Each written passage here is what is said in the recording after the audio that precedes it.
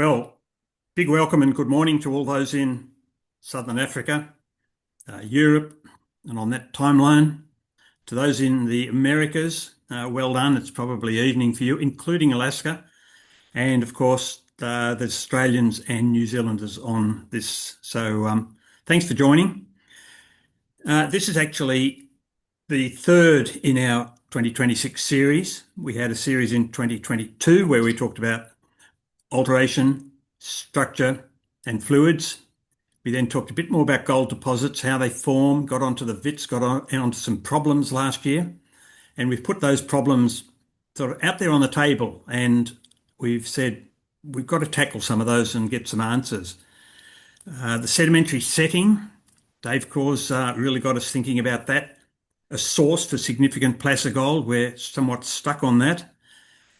Sorting process, the sedimentology, and the whole algal mat story. And we're going to tackle that both today and next week. We've got this key question here. What's the diagnostic evidence for any detrital gold in the Witwatersrand? And a three-part chat GPT answer and responses. That was initiated by Andy Clay. We didn't really get a good answer on that. And the other thing we've had, actually, we're just back this week from a gold placer field trip to the Victorian goldfields, where we're looking at 1,500 tonnes of gold mined there. Martin Hughes, Stephen Carey and Rod Boucher ran that. If you get another chance to do one of those field trips, go for it. What we really tried to do there is get a number of people together and talk about source and talk about sedimentary processes to a Phanerozoic major goldfield, and then we can look at that and compare it back to the Witwatersrand. We'll talk about that in about 2 weeks. So where we are now, we've had 2 weeks ago, we covered some general aspects there. We had the quartzites last week, and the next 2 weeks, that's today and next week, we've got experts on aspects that we consider important, the carbon in the vits, and sort of combining it with the sedimentology. So today it's Matt Mullins looking at the carbon sedimentology. I think it's fair to say many people can say they've been underground on several different gold mines or been underground many days. I think there's a difference with Matt and a small number of others who've actually thought about what it means. I'm not saying other people aren't thinking, but they've got jobs to do, and Matt's really thought about what these things mean. And if you're on before, he's already talking about gold in dikes and round leases. I welcome Matt. I mean, he's had 16 years with BHP. He's worked on the resources side. He's worked underground, living in London now.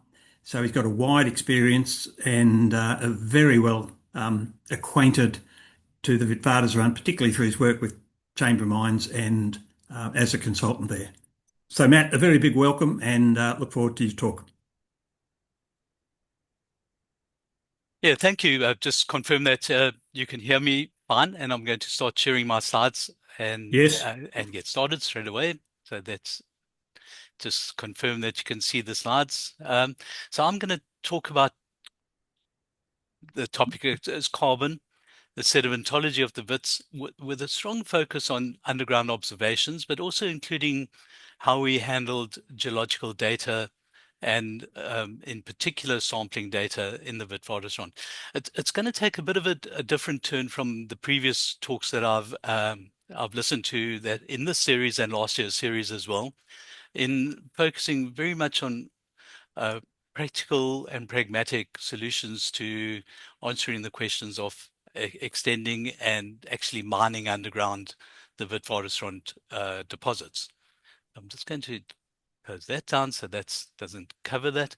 And as Neil said, I'm not going to read this, but I had 16 wonderful years on the Witwatersrand, and very privileged to have experienced the Wits in many different capacities. And the greatest thrill to me was in going underground. And I would always put my hand up for underground visits. I was mine geologist on many mines, and as a consultant got around as well.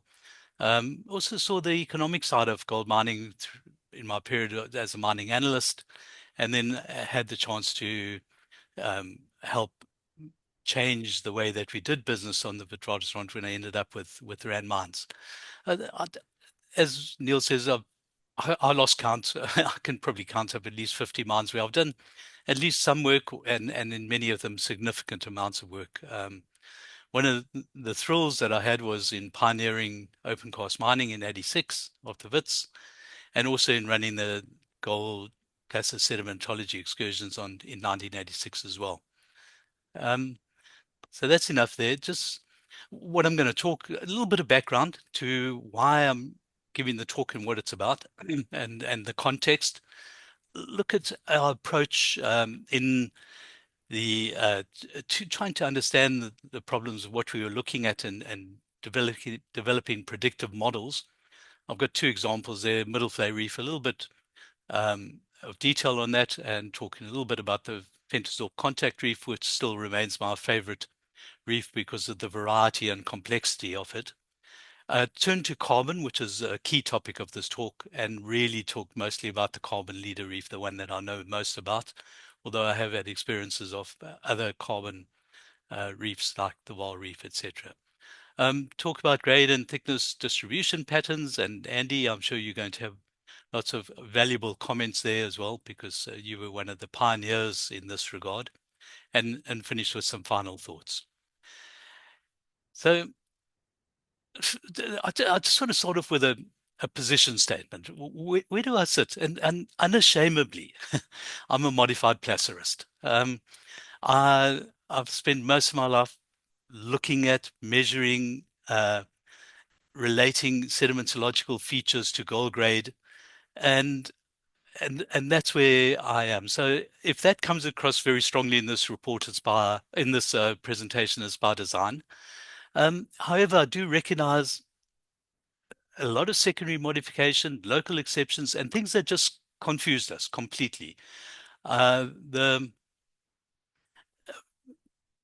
specimen that you see there, I was talking about this a little bit earlier, is of a dike that we mined at 25 grams a ton on Rand leases. And at that stage, Neil Phillips was involved in the bits, and bringing some fresh new ideas to the way that we looked at things that we just didn't understand in those days. And one of the first visits I think that I took Neil underground at, and there were a couple, was to this particular dike exposure. You can see my finger in the top right-hand corner, so you can see the size of the dike. But there were a lot of these sort of instances, but none of them prevented me from sticking to the modified placer theory from a point of view of mining and exploration. And so what do we mean by the modified placer? Basically, that it was a fluvial system in which the sediments were deposits, perhaps onto marginal marine or environment, that most of the gold concentration, I should say, was on unconformities, which required a lot of rework. The key one really, or the key ones in the Wits are the VCR. It's not in Wits itself and Black Reef above that, but those are the most significant angular unconformities. But all the Wits reefs that we dealt with, essentially we could relate to unconformities. And that there was subsequent modification to a greater or lesser extent, obviously through compaction, interaction of fluids, local remobilization, and metamorphism, and maybe not even just low-grade metamorphism. And then the impact of the Vredefort Dome and what that did on the West Wits line, where a lot of my underground experience was. The sheets of pseudotachylite that we measured on the reefs and in the quartzites were evidence of that. So that's really where we stand. Going back to the context, the work that I did really does encompass the time between 1980 to 1996, and it was right at the peak of the gold price. I think it hit $850 an ounce, which in today's terms is close to 4,000. Interesting that it took 45 years to actually, in today's terms, to actually match that number in the graph on the left there. What happened is that there was a huge influx of people, technical people from around the world, and they brought lots and lots and lots of new ideas. Neil, yours, but a lot of people came some from the oil and gas industry. Andrew Cheetle, for example, came out of oil and gas and brought some really interesting ideas, amongst many others who brought new ideas. Companies were scrambling for ground. There was a high level of exploration, both on and off leaves. Everyone was reviewing the exploration models. We were all looking for extensions, new reefs. Obviously, with the gold price rise, cutoff grades went down dramatically, and all of these secondary, what we call secondary reefs, suddenly became uneconomic, and extensions of existing reefs became economic. So there was a scramble for information. What it also led to was the traditionally secretive nature of the industry between companies started to break down, and we started to have a lot of collaborative activity. VCR working group, Kimberley Reef working group. There was a lot of discussion on stratigraphy, sedimentology, all sorts of other aspects of it. Uh, Local committees like the Western Transvaal branch of the Geological Society went from I think about 15 members to over 300 at one stage, and we would pack out with people coming from Joburg, obviously wanting to go to Potchefstroom to experience the delights of that. But it was a very exciting time.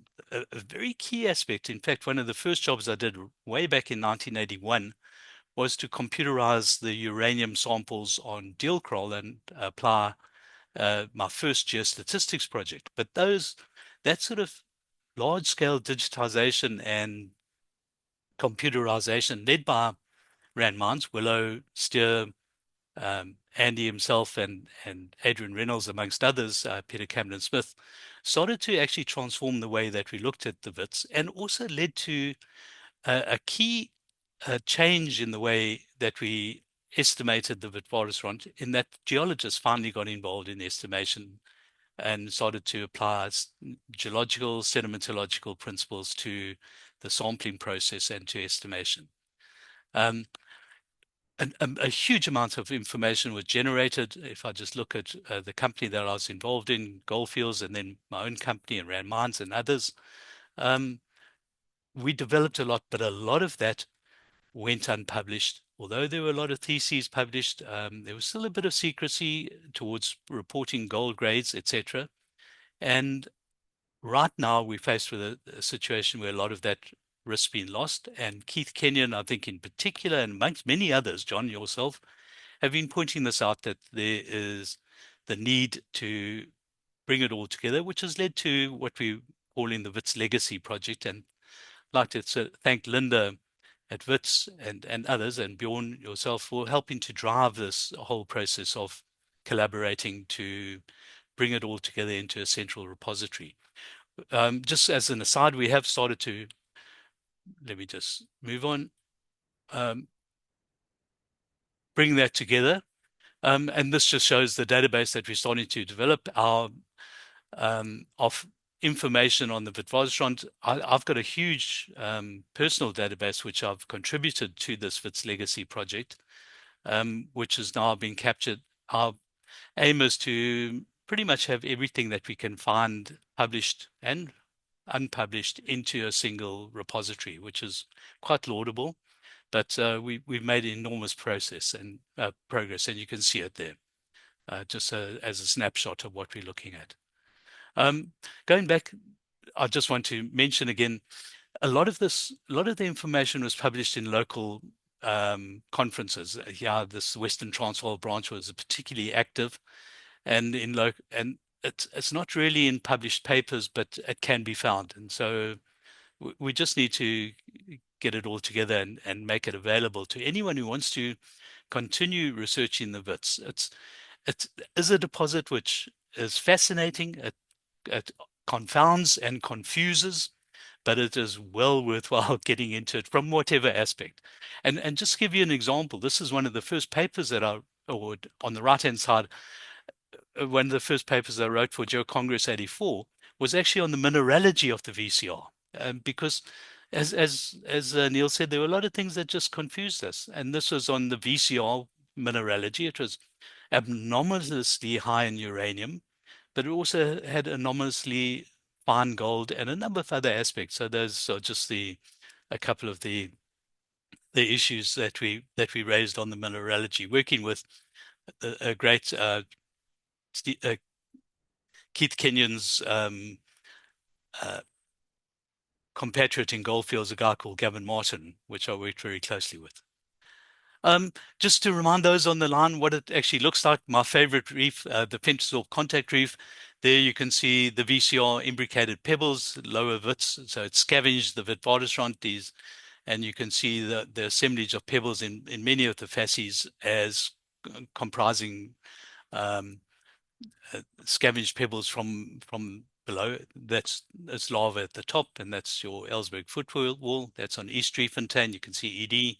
That's also East Driefontein, my favorite picture of a pothole in the footwall filled with sediments and very, very high grade, running at kilograms per ton, and that's lava filling the neck of the pothole. You can't quite see the base there. And this is on VCR on Kloof. And why I wanted to show this one is for those who are not familiar with sampling on the Witwatersrand, originally, well, all the sampling is separated out into small 15 to 20 centimeter units and then sampled, and then accumulated by weighting the gold grade times the sample length. And that's where we get our gold accumulation called centimeter grams per ton, commonly just called cem grams. And that's usually because of the incredible mass of detail, these sample stations would be roughly 5 to 6 meters apart, sometimes even less. And it generates a huge amount of data, which needs to be analyzed. And so in 2D is often the best way of doing it. Okay. Turning now, although I was a mine geologist on Deelkraal, I helped to set up and run the sedimentology unit, which Piet Skuman, Dunbar Dales, and others were involved in. And our process was to move mine geologists who sort of worked on the principle that people working on the reefs were the ones that really knew them the most, but often didn't know the answers to what they were looking at. And so we set up a standard process where each mine geologist would be seconded to the unit. They would go through a standard process, a literature review, underground mapping, and a key part was to determine the relationship between observable features to gold grades, and also to come up with an exploration model and strategy. So every report that came out had to have recommendations on how to find more gold. And it was hugely successful. It led to opening up of secondary reefs, Lebanon Reef, Kloof Reef, Deelkraal Reef. And then when I left Goldfields, I continued this exactly the same approach when I was resident geologist at Rand Leases and in my own company, Geovaluation Services, and applied it at Rand Mines as well when I took over there. Just to give an example of just one of the reports, this is by Chris Pearson, and it was the economic potential of the carbon leader on Lebanon gold mine, and I'll come back to that. So just an example. So this is his report. Ralph Richards, a friend of mine as well, concluded that on his investigation was Fenton's Post, which was up paleocurrent from Lebanon, that if you just go down to the bottom, higher gold values would be expected on Lebanon. And Pearson then followed up with a secondment, and he showed this to be exactly the case. So we generated an enormous, this was back in 1981, generated an enormous amount of confidence that our model was working. The modified placer model worked. And so we just applied it systematically. I won't say cut and paste, but I can't even imagine how much additional gold we found through this approach, but it was significant. Turning to a little bit of detail, the Middle Flay project, and quite a few people wrote it up. Harold Else in the sedimentology unit, Malcolm Jolly, but there were many others. You can see in the green wait, let's just go back a step. This is the Westwits line, or part of it. That's Doornfontein Gold Mine, the famous Blyfour, which was started. Andy, you can correct me at the end. Maybe one or two boreholes started one of the most famous and one of the richest gold mines ever. CM1 and CM2. I think they actually started the mine when the first one was drilled. That's West Driefontein, that's Western Deep Levels, Elandsrand Deelkraal. The blue shows mining on the VCR, the red on the carbon leader, and the green on the middle flay reef, which sits about 60 meters above the carbon leader. Secondary reef, and I'll talk about the B4 pay shoot, the Annan pay shoot, and the carbon leader in the five shot area and the tribute area. Many of these areas have been underground at and mapped extensively over many years. In 1993, we wrote up the middle flay reef on Blyfor, including the tribute area, but we also mapped the B4 area and the Annan pay shoot area as well. And we made the prediction then that the Annan pay shoot, it was almost like a no-brainer, because at that stage in 1993, the mining on the Annan pay shoot stopped close to the boundary. And when Blyfor and Doornfontein amalgamated, a lot more mining on the middle flay reef, all that whole area of mining took place there. There was a slight change in the direction of the pay shoot, but that was minor. If you look at these are fairly recent photographs, because I was underground at Doornfontein. In the five shaft area, so that's the five shaft area, we were underground and mapping that area. There's Dave Whitaker, also a giant of South African mining geology, Wits geology. That's the single reef facies, and then it grades into a multiple reef facies. You can see it very clearly here. It's an old exposure, so the pyrite is oxidized, and you can see the single conglomerate facies with most of the gold following the basal conglomerate, less the top conglomerate. Occasional gold on the faucets, as you can see, the pyritic faucets there. This is the sampling data, so you're looking at about 140,000 sample data points in two dimensions. There's Blyfor and there's Doornfontein. There's the B4 pay shoot, as it looks now. There's the Annan pay shoot, and there's the five shaft, not as clearly defined pay shoot. But one of the things that we looked at is the geostatistical signature of the data. So if you have a look here, these are the variogram maps and variograms themselves. I compiled these recently, and you can see that's centimeter grams per ton, and that's channel width. A couple of features of it. Firstly, typically well-structured variograms, if you use normal scores, because it's log normal. Nugget to sill ratios of about 40%, sometimes up to 50%.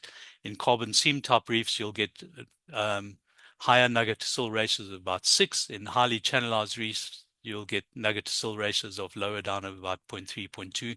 These are relative variograms. Anisotropy of gold grades, either centigrams or grams per ton over channel, and channel widths, the anisotropy is identical. I've yet to find a reef where they're not identical, and they parallel the channel directions. That's your individual variogram. Sorry, so that's your long direction there. That's your short direction. In fact, I think it's worthwhile just going to the next slide, because I just showed it in a little bit more detail. And you can see there's the anisotropy in channel width more pronounced than in the gold grades. And to us, it all supported a basal lag concentration in a fluvial system and reflecting facies control deposition rather than remobilization or introduction of gold post deposition of the sediments. Just looking at it in detail, look at how nice the variograms are. Sorry, I'm a geostatistician, so these are beautiful to me. And you can see a three-structure semi-variogram, fairly typical of the Wits.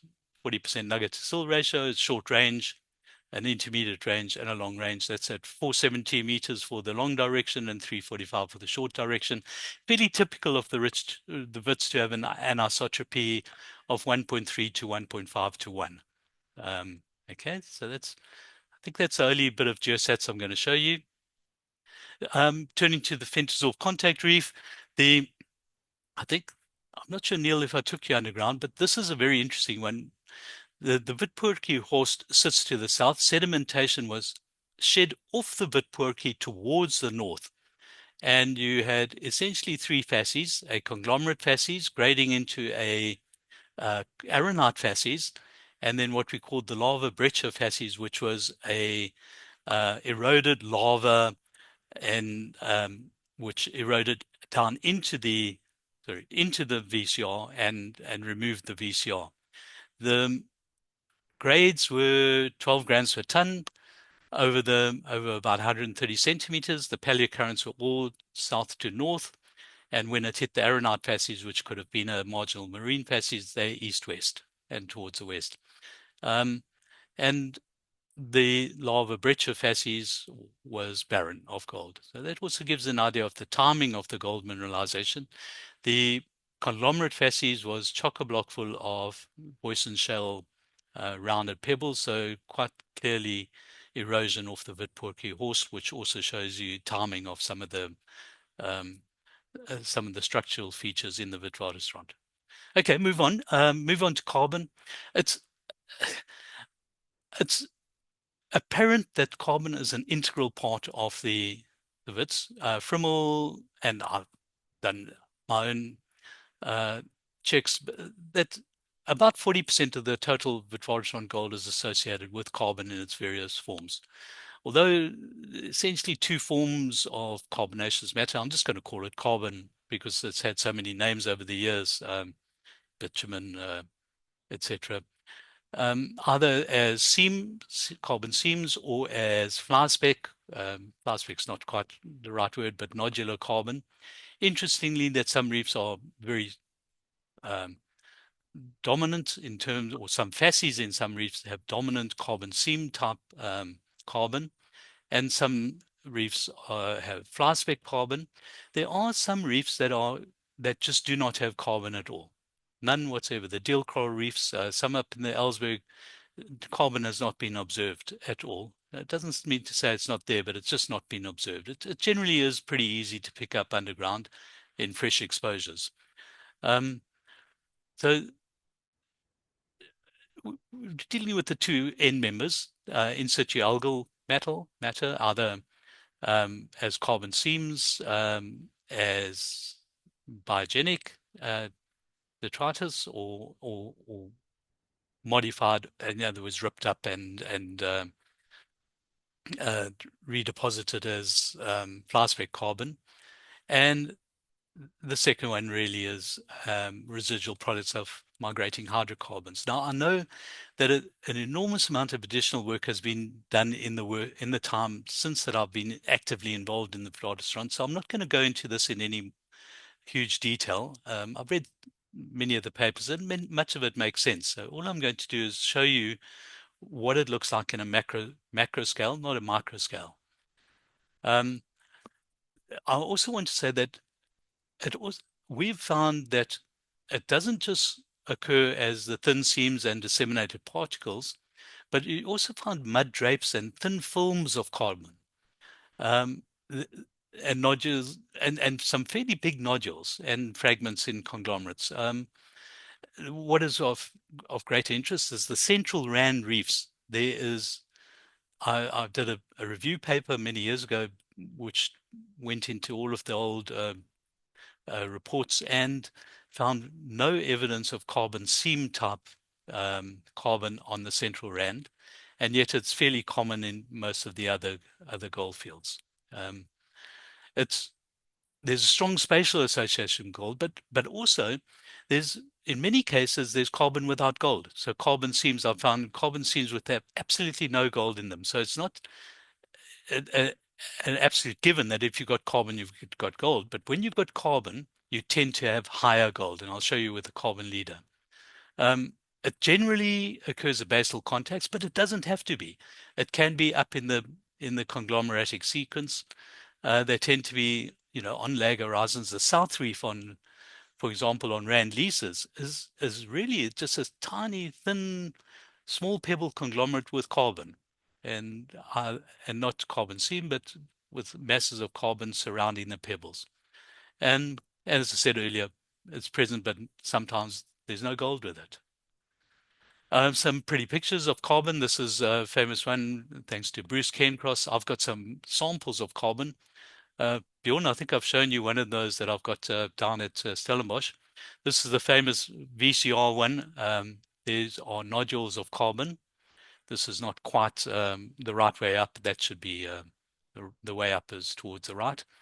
And I've still got a specimen of this particular piece of reef. I think that's um, they're used in the frontispiece for the 1986. They're a little bit indistinct, but there's the carbon leader with basal carbon and often surrounding little pebbles as well. And there you can see various pebbles. And there's the multiple band carbon leader with little or no carbon. Interestingly, there's another one also. I think this is from Bruce Cairncross um, picture as well. And you can see filamentous carbon and gold in the carbon leader. There you have multiple bands of carbon, and you can see that that's actually carbon, that black over there, sitting on what would be called us sets in the carbon leader. So turning to the grade distribution, the West Wits line is where I've done most of my work. I compiled this from public information. And what you're looking at here is grade distribution. And this is Blyforates, that's West Driefontein, East Driefontein, Western Deep Levels.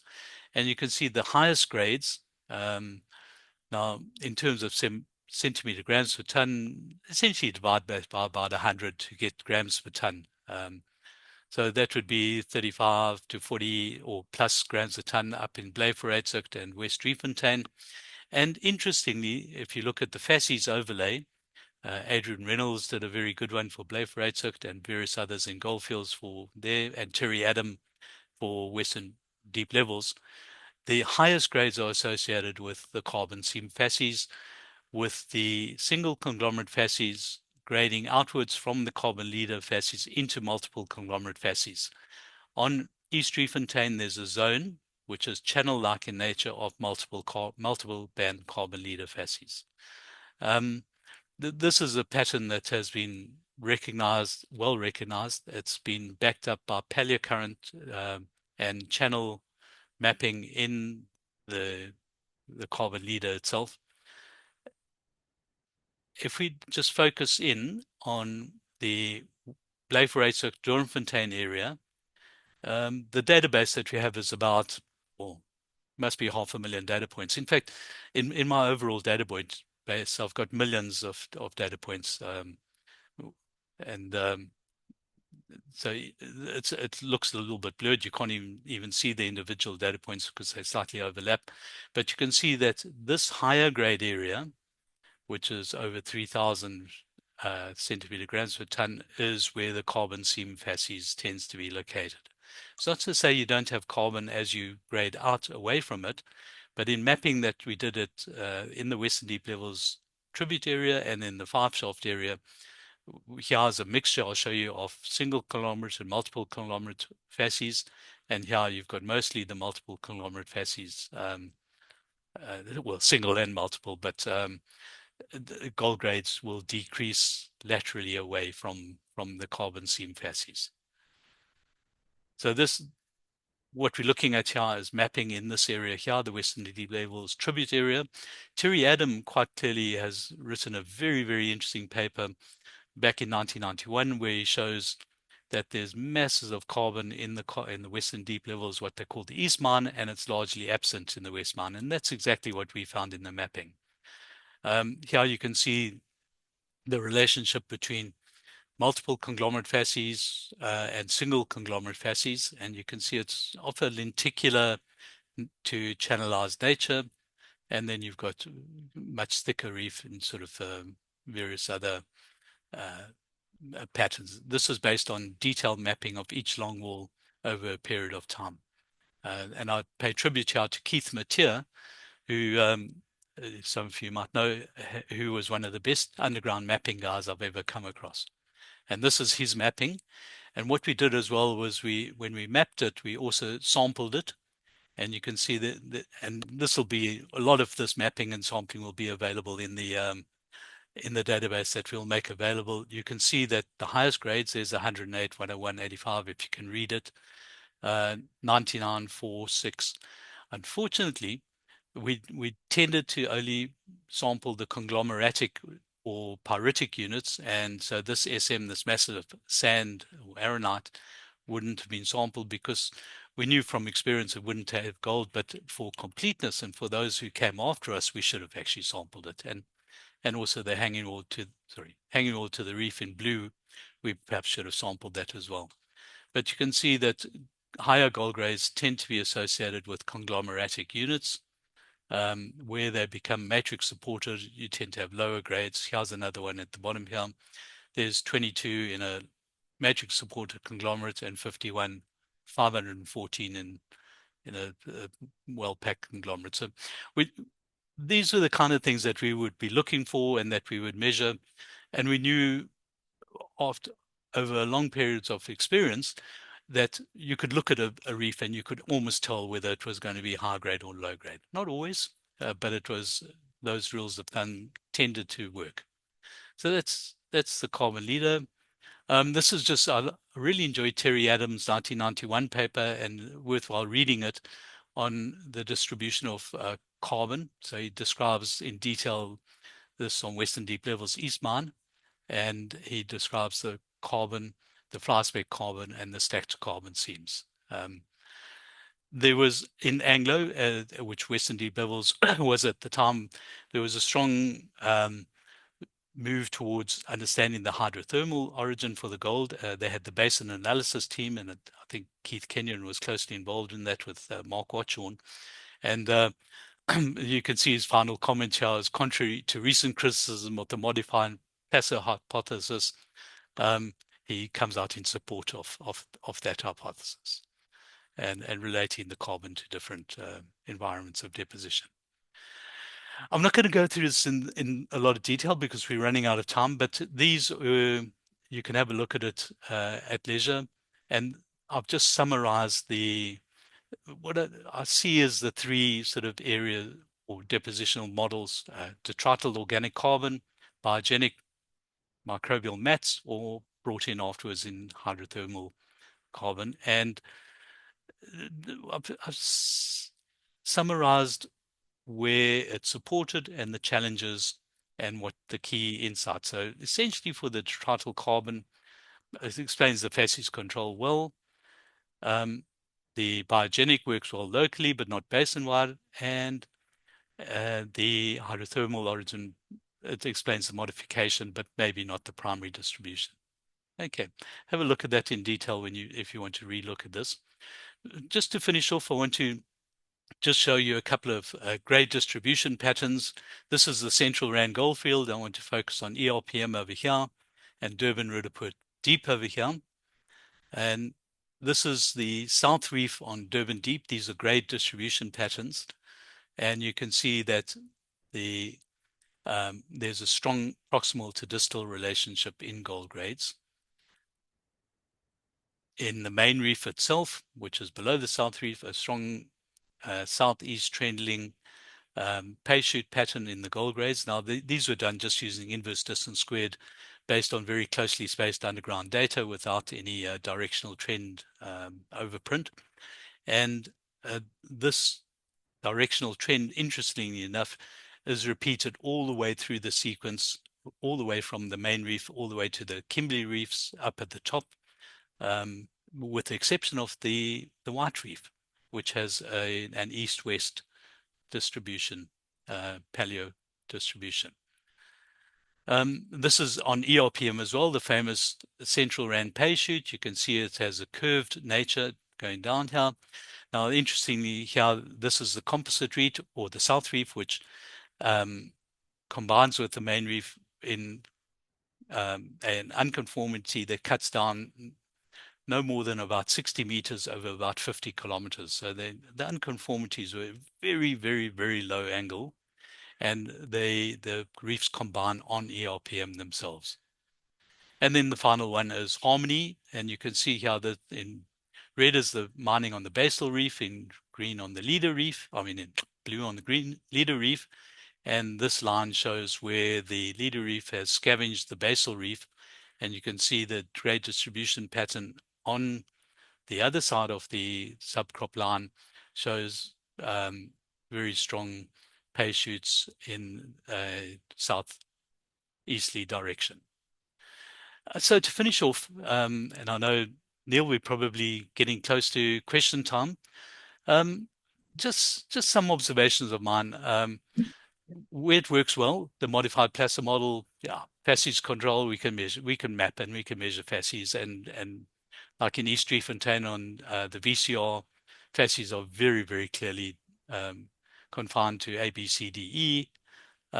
We find that gold is almost always down at the bottom. I heard you talking about anomalous gold grades in the quartzites, where quartzites have been systematically sampled, like Central Rand Gold, and Rob Lindsay can comment on this. Is they might have enormously high background values, but nothing economic.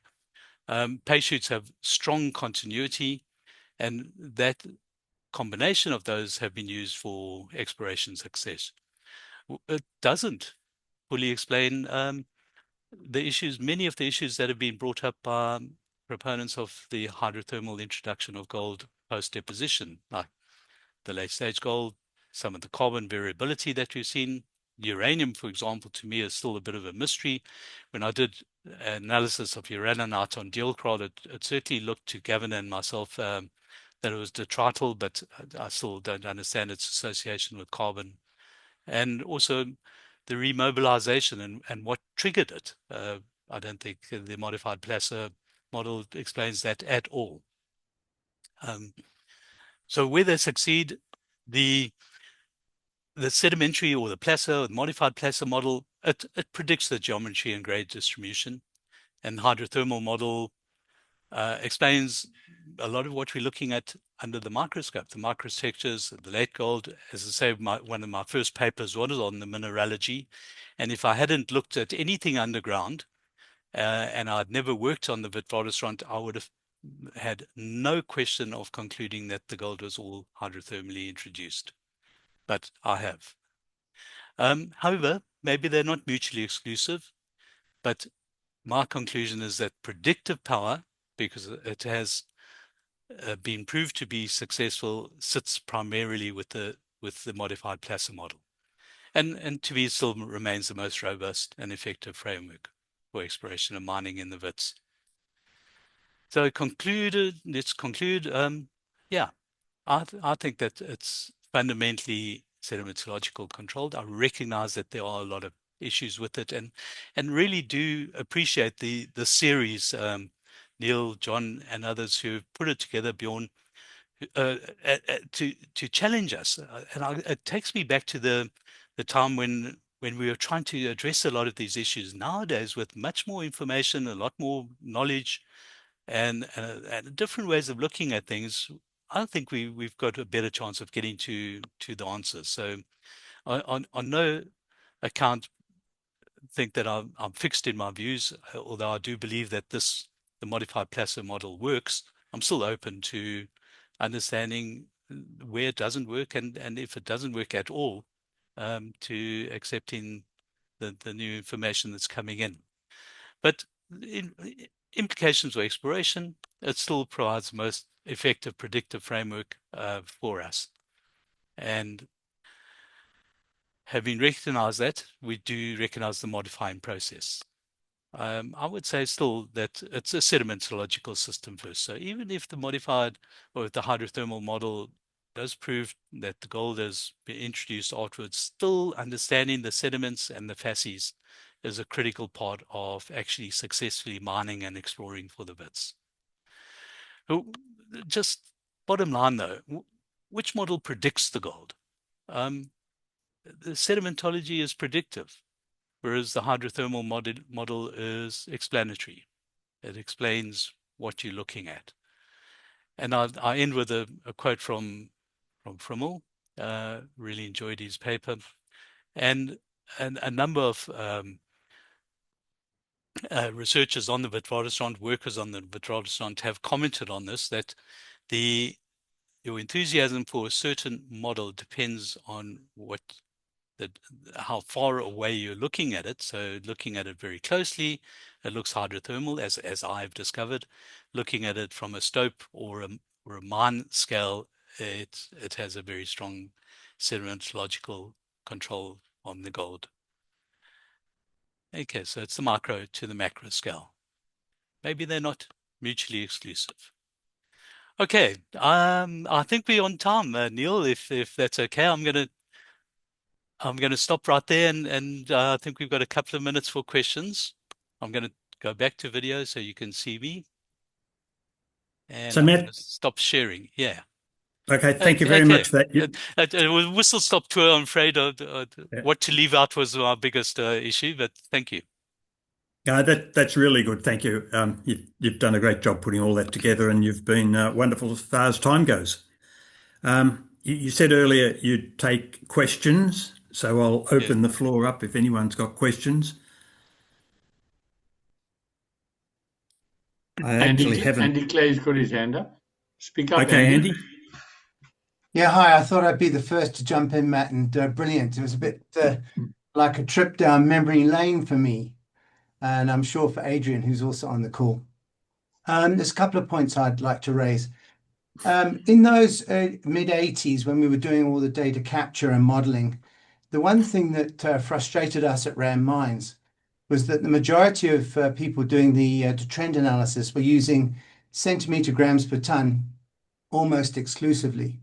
Whereas what we were doing was actually showing the reef width, the channel width models, as well as the gold grade, and then the centimeter grams, mainly because you can have the same centimeter grams with a thin reef high grade, a thick reef low grade, same centimeter grams. So we, I think, did a lot of work to add additional value on that in that modeling. The other thing I'd like to raise is that I wondered from your FASES analysis with where the gold is, have you seen anywhere where, say, one of the reefs in the middle of the package or the top of the package or the bottom of the package had carbon and a reef further up or further down in the sequence actually didn't, indicating something to do with discrimination of the fluids moving through the system? And then lastly, you hit the nail on the head for me, was uranium, the uraninite. Where the hell does that come from? And I just wonder if we could synthesize the gold distribution analyses with the chemistry and the origin of uranium. Maybe the two might also give us some insights into the genetic model. But Matt, well done, thanks. Andy, briefly, just three questions. Yes, focus on 7 grams alone is not right. I tend to look at, as you say, 7 grams channel width and channel value. Interestingly, the variography of the channel width is usually the best. When I say the best, you've got lower nugget to fill ratios on channel width, and you've got longer ranges and more clearly defined anisotropy on channel width than you do have on either 7 grams or channel value. Superposition of carbon, I don't know if I've come across that, but I have come across, and it's been noted way back, de Kock, I think, noted that superposition through the sequence of pay shoots in the Westford's line. And I've noticed a number of authors have mentioned that in different reef horizons throughout the goldfields. John Wilson, not sure if he's online, but also talks about that on the East Rand, at Consmodder, in fact, superposition of features that he finds. I don't know if that answers you. I don't know if I've come across superposition of carbon, but definitely superposition of pay shoots. Yeah, no, I think that's right, Matt. Yeah. Okay. And then the uranium? I don't know. I wish I knew more about it. To me, it's still a bit confusing. As I say, I don't know if we have enough information, especially on the sampling side. So Deelkrol, we did a bit. The White Reef on the West Rand has high uranium, but I don't think I've got any captured data on it, unfortunately. No. Look, I know back from West Rand Cons, there were a lot of uranium maps and sampling for that. Yes, there were. But I don't think I captured it though. So no, unfortunately, the only other one I would know is Africana Lisa's, right? yes, and well, the carbon leader itself had high uranium, and Western Cons, as you say, they actually mined and processed uranium, but I don't know if any data sets. It'd be There interesting must be to a try and harmony. find. Yeah. And Matt, there must be a harmony because we had a U plant there. So did Yes. Cook, didn't it? Yes, so there must be sampling somewhere. Yeah, somewhere. Yeah. Anyway, well done, Matt. Thanks. I might hark back to something you said about the opening up of Blayfer, and I just wonder if Andy or probably Adrian can answer your question from earlier. What was Blayfer really opened up on just 2 drill holes? Maybe even one. And there was doubt about that because with the carbon seam, you got a lot of grinding away, and there've been a couple of papers written on it.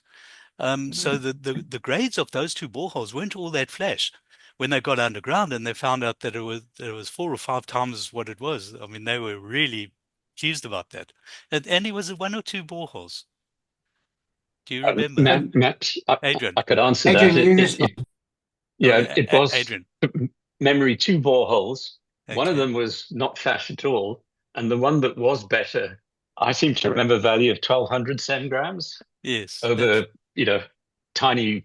So it was very rich, but you're quite correct. The carbon was ground because in those days that was about, was that 1946 or something like that?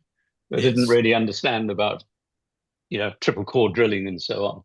And I would say that value is probably a third or less than the ultimate total carbon leader value. But I mean, guys in those days had really big ones, and they just went for it. Quite amazing. The Westford's the whole Westford's was opened up on really big ones, yes. Yeah. Were you the geologist, Adrian? Say again? Were you the geologist? What's your age? No, Yes, that it was. photograph of mine has not been artificially tweaked. I'm not actually that old. I mean, for interest, who would have been the geologist at that time? I'm sure we Oh, could no find idea. out. Interesting. But the key opening up of the Westford's was from geophysical evidence done by a Yes. goldfields guy called Rudolf Kramen, who traced the magnetic shales down to the west, and that opened was, and then they drilled. My main question on Blayfer is a little bit different. You've showed it several times, and that pattern is 5 kilometres by 4 kilometres or whatever it is, completely mined out. Yes. 98% or 99%. Yes. That I'm talking about carbon leader. So that's a planar reef. Yes. Has anyone got an analogy for that in any younger placer? Well, in fact, even it's more than 5 kilometers. I think it's about 20 kilometers of continuous mining. 20 by almost 10, on its maximum extent. So a modern analogy, Neil, I don't. It's a point that Dave Craw made last year and certainly 2 weeks ago, and he might say a little bit more about, but it just, to the best of my knowledge, it doesn't match California or Alaska or Victoria or New Zealand, the world's big younger placers. Yeah, there's so many of things about the Wits that just don't match modern analogies. That's why it fascinates. Matt, if you talk about total extraction, you've only got to look at the central rand. Virtually all of the South Reef was taken out. The main reef leader was a Johnny come lately, but it was mined out extensively right the way through, 30 kilometers? Yeah, Durban deep to the other side of ELPM, and that's probably 40, Yeah, and then take the East Rand Basin. Yeah. That's also been mined extensively right across the area. Also that Nigel Reef, South Reef. And the Vaal Reef in Clarksdorp is probably a similar extent. Yeah. And the Basal Reef, No, so then, it is huge. I mean, you're looking at things, Neil, in plan view as well. Remember that reefs are dipping on the West line 25 degrees, say. So it's even a little bit more. Yeah. Yeah, no, good point. Look, I mean, that's just a question to think about. I don't expect an instant answer now because the question's been around for 40 or 50 years, as you know. As I say, I think the fascination of the Wits is that we can still pose these questions and don't have ready answers for them. Yeah, but we learn as we go. Yeah. Yeah. Anybody else with questions? Because I'll come back to one that Julian Verncombe would ask if he was on this line. I know he's travelling, so I don't think he is. If the structure isn't being recorded and there was no structure on any of those diagrams, how do we know there's no structural control? It's not showing the structure on the diagrams, but the structure is there. That's a good question. There are instances where you do find remobilized gold. I would call it remobilized gold next to dikes, like at Randieses, but there's a particular one that was documented in the Annan shaft on Doornfontein, which was documented as remobilized gold and large amounts of it. So that was by de Kock in 64. You perhaps would pick up on the grade distribution patterns, but you might not have the level of finer detail that you might be looking at if you're just dealing with sampling data that is 5 meters. But once you contour it, it's perhaps not. You might lose that detail. But yes, you still do have the structure. It's just been ignored in those diagrams. Yeah, I think it was Jolly and the Leeds people that published quite a bit about 20 years ago that showed there's a lot of low angle or unconformity parallel structure that plays a big part, but had been missed for basically 100 years.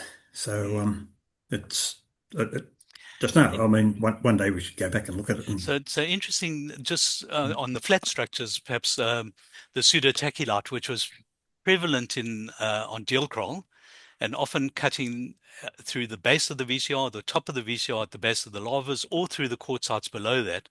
We systematically sampled them, and they were invariably barren. We never found anything. And when I say barren, below detection limit of the assay labs at the time. Yeah.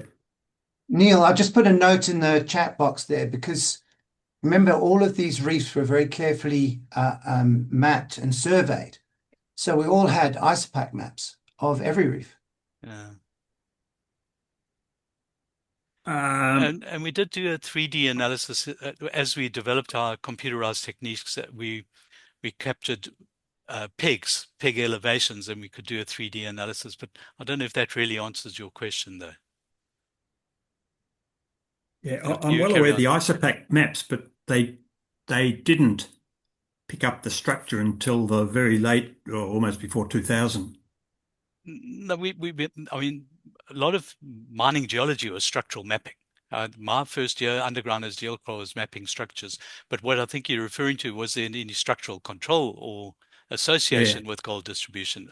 Yeah, I think that's a good point. I don't know if we ever really, maybe some individual researchers did look at it. Like you say, Malcolm, I'll go and have a look at that, but there might be other papers around there.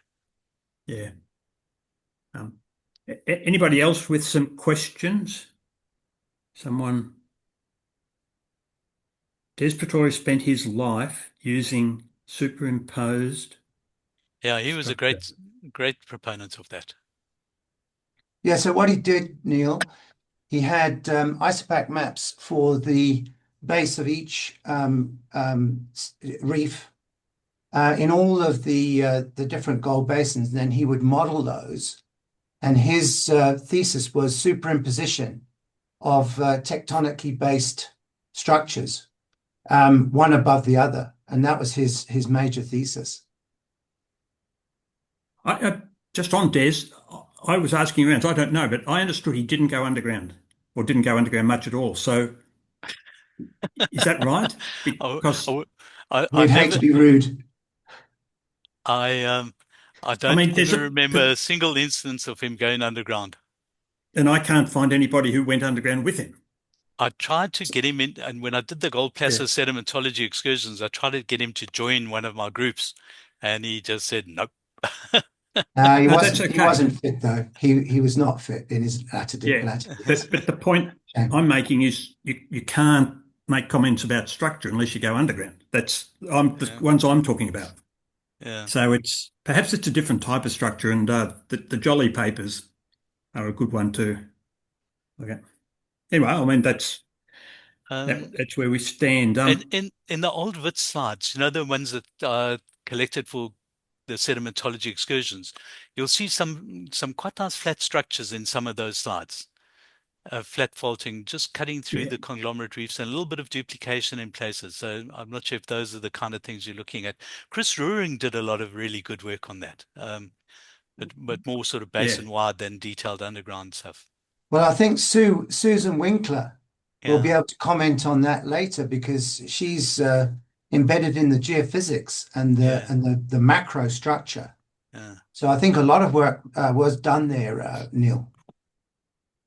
Yeah, that'd be good to hear from her. That's in about 3 or 4 weeks, I think. yeah. Yeah. That'll be good. And Neil and Matt, just for the current audience, maybe just 2 minutes, 3 minutes of, I mean, you've obviously got a very comprehensive database going, Neil, and Linda's, a great asset, particularly as she comes with sort of no baggage, and I say that, positively. She's great. Fresh mind, yeah. I mean, who's driving that? How can people contribute? Who you missing data from?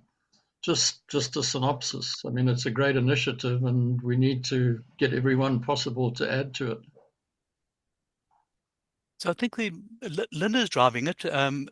Amara have been approached. That's Vaughan Chamberlain, to see if they would be interested in setting it up as a project. What I'm doing with Linda and with a couple of students at the moment is essentially a pilot project of what the overall bigger project could look at, like which I've got a database. I don't know if you remember Rand Extensions, but I've got their borehole database of every hole that was drilled on the bits, and then Sue chatting to her about also incorporating the geophysics in it. So the overall project could look a lot bigger than what I currently envisage. And Amara might be the vehicle or not, but at the moment, Linda is sort of pursuing various funding options. And Andy, thanks for your sort of pushing and help in that regard.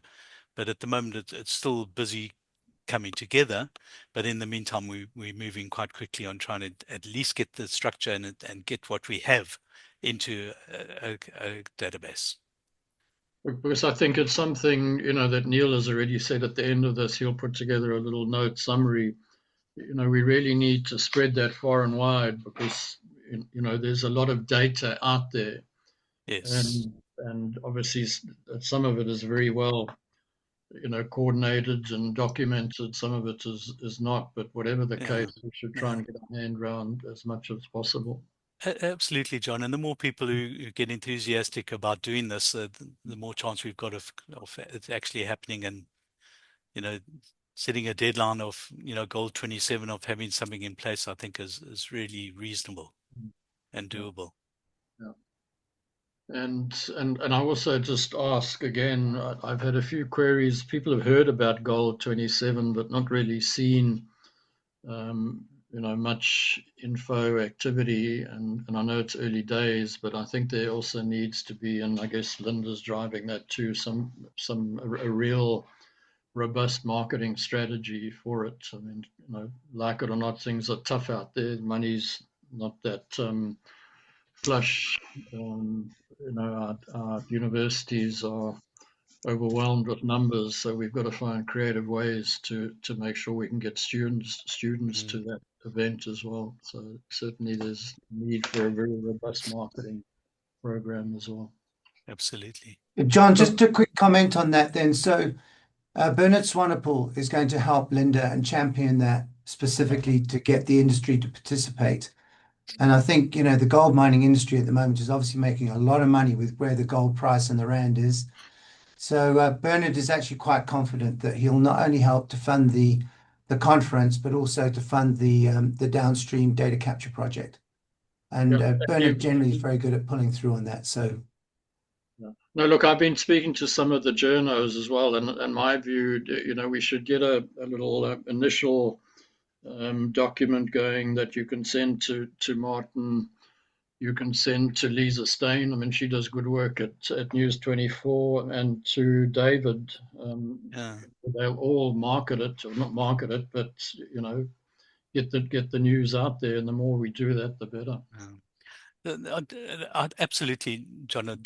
A marketing campaign is essential. I'm hoping that this pilot project will help develop some material that will help give that marketing campaign some beef. So, Andy, just let me check one or two things. We're talking about April next year. We're talking about in Johannesburg, Crown Mines. Is those both correct? That is correct. And Julian Verencom is on Linda's steering committee, and I'm sure she'll be producing. She's already put together quite a lot of things, a flyer included. Yeah. But I think she's busy working on it at the moment, but she'll get something out shortly. That's your understanding, Matt? Yes, absolutely. Okay, that's great. The year goes by quickly these days, unfortunately. Yeah, you're right. Yeah. Okay, great stuff. Thanks, Matt. Thanks. Just to come back to one of your closing slides there, where you Yes. said the hydrothermal model not being able to do predictive work. Maybe that thing should be strongly punted to these guys proposing it. Say, look, if you're going to give us that model, also give us the way to use it to predict. So Come up with something there. in a way, I'm only talking from what I know. The basin analysis team came up with a very, very comprehensive, the Anglo investigation hush report, which I'd love to get my hands on it, because that might actually have a predictive model in it. It'd be lovely to see the results of that. Yeah, we should just be pushing it so the proponents can come forward with it and say, look, this is how you do it. I think it would help. Yes. Thank you. Matt, just on that point, there's this idea of a sort of pseudomorphed sedimentary system where, the uraninite sits as a placer mineral, and then a later hydrocarbon fluid comes through, radiolytically polymerizes, and then that acts as a strong sorbing agent for later hydrothermal gold. And then, sedimentary control is pseudomorphed and can be used predictively still. Yeah, what are your thoughts on that? Well, I think that's also one of my final comments. You can't, even if you do agree with that, you still have to understand the sedimentology. So that's still your predictive model. You can't get away from that.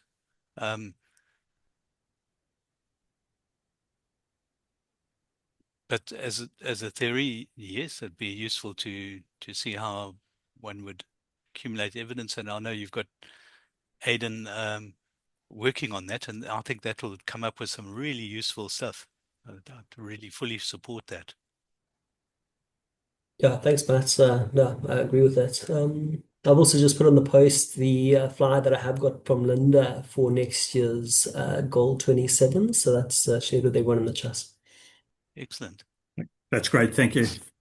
Look, I might wind it up there. I'll point people, not to discuss or ask questions, but point people to the Chat GPT section A, section B, section C.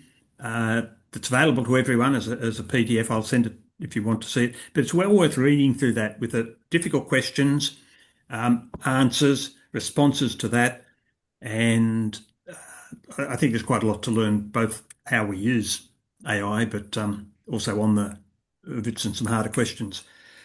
And I also put one or two questions right up at the start here that are nagging us, like source and sorting. Next week, we've got John Parnell, and again, from a very different angle, an expertise of a person who knows an awful lot about the oil and oil industry. That's his main strength, but he's published some great papers on the FITs in the past. So it'll be interesting to hear that and compare notes. Let's wind it up now. Matt, thank you very much for this. I was going to say this evening, this morning, and for putting all of that together. And it's great, and I'd love to see you publish more of this and get it out there on the table. That'd be a real bonus. Thanks a lot, and see you in a week. Opportunity. Thanks, Neil. Okay.